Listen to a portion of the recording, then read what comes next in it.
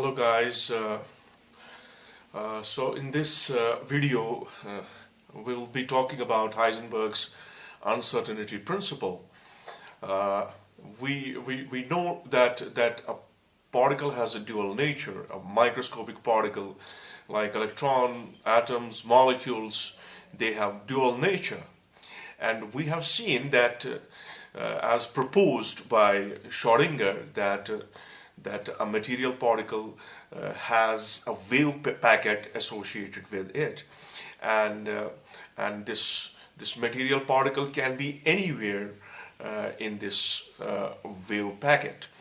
So having a group of waves associated with a material particle leads to some kind of uncertainties involving in the measurements that can be executed on the particle who is blooming inside this wave packet.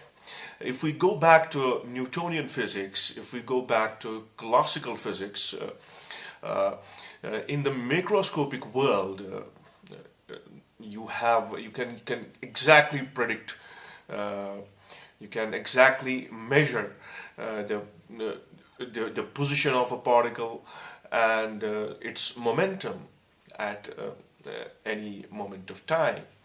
So classically, the measurements, the simultaneous measurements that we take to the macroscopic bodies, they are exact. There is no problem in measuring the two physical quantities associated with the same particle at the same time. But here in wave mechanics, when we go to the domain in which you have a wave packet enclosing a particle, where there is some probability of finding that particle. So if you apply the same principle to this particle who has been enclosed in a long range of waves with slightly different frequencies, wavelengths, and velocities, making a group of waves, then there always arises an uncertainty, and this uncertainty was proposed by Werner Heisenberg. And Werner Heisenberg was a physicist, and he gave a principle which is popularly known as Heisenberg's uncertainty principle. Now, what does this principle tell us? Is that if you have a particle and to measure its suppose delta x is the uncertainty in measuring the position of this particle, and delta p is the uncertainty in measuring the momentum of this particle. Probably the particle that we are talking about, which has been enclosed in a group of waves, where we have already seen that the velocity of that group of waves is equal to the velocity of the particle. It's same as that of velocity of the particle.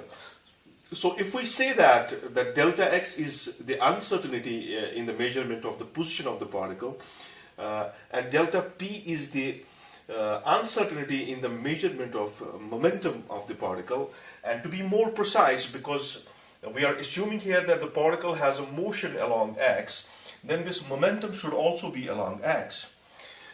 So if you have a system like having a particle with a group of waves associated with it, then what's going to happen is that, according to Heisenberg, the product of this uncertainty in the measurement of position of the particle and the uncertainty in the measurement of momentum of this particle is equal to h by 2 pi.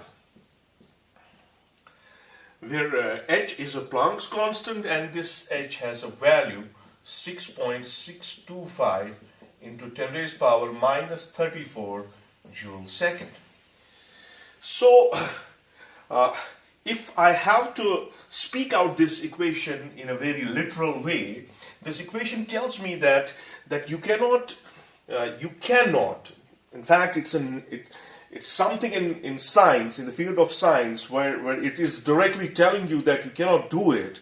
It's not like that you are getting something out of it. No, it's a negative principle. It's telling us, come on, you cannot do it. You cannot measure the position and momentum of a microscopic particle simultaneously. Now, this equation is valid for microscopic particles, but if you go into the domain of macroscopic objects, then there is no relevance at all, because this h is very, very small. The value of this h is very, very small. So when this equation is precisely written, it is written as delta x, delta px is greater or equal to h cross by 2, where this h cross is h by 2 pi. So the point is clear. The point is straightforward. That if you are in a domain of microscopic world, then you cannot simultaneously measure the position and the momentum of a particle. Now, if we would like to have, see the validity of this negative principle that was proposed by Heisenberg in 1972. So you can see here is a group of waves. Here's a wave packet, and this wave packet has the same velocity as that of the velocity of the particle. So if we take an example of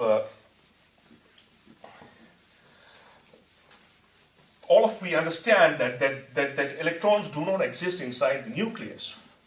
So can we apply uncertainty principle to check out whether electrons exist inside the nucleus or not? Now, if we see the radius, the average radius of a nucleus is nearly equal to 10 raised power minus 14 meters. So, if this is the average radius of the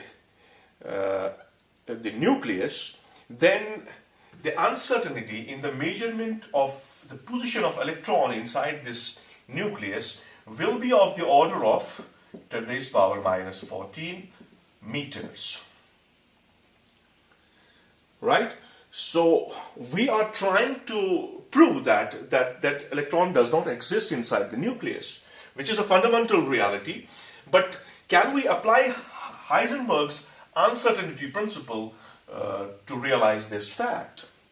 So if delta x is the uncertainty in measurement of the position of this electron inside the nucleus, then according to Heisenberg's principle, this delta x, delta px must be equal to h by 2 pi. So from this equation, we can calculate the uncertainty in the measurement of momentum of the electron inside the nucleus, which will be h by 2 pi delta x. So what is delta x? Is nearly 10 raised power minus 14 meters. And the value of this uncertainty in the measurement of the momentum nearly comes out to be 10 raised power minus 20 kilogram meter per second. So this will be the uncertainty in measurement of momentum of the electron inside the nucleus. Now let us calculate, if we know the momentum, uncertainty of the momentum inside the nucleus that an electron must have, then we can calculate the energy. We can calculate the relativistic energy of this electron. So what will be that energy? What will be that relativistic energy? So what is the equation for calculating that energy? Is E, that is m naught c raised power 4 plus m naught, no, it's here it must be p square c square whole raised power 1 by 2.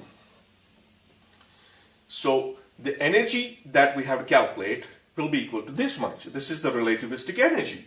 So what is the rest mass of electron? It is 9.1 into 10 raised power minus 31 kilograms. Okay, this is m naught square probably, whole square. Okay, c, speed of light, this is 3 into 10 raised power 8 meter per second, whole raised power 4. All right, then plus momentum we have calculated here, uncertainty in the momentum, that's nearly 10 raised power minus 20 kilogram meter per second, whole square. Speed of light again 3 into 10 raised power 8 meter per second. This whole thing is in brackets. So probably you will get energy.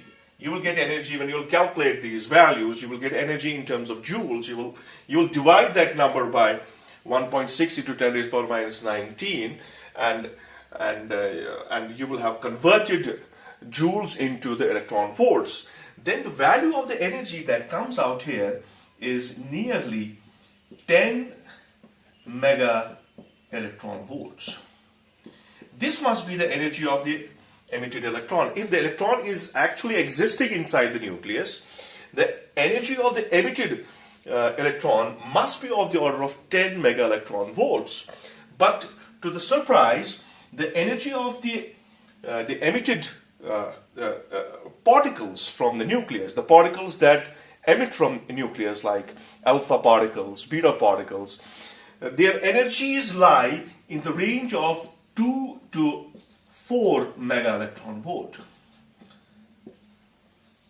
So whatever we are measuring that's coming out of the nucleus have the energy in the range of 2 to 4 mega electron volts.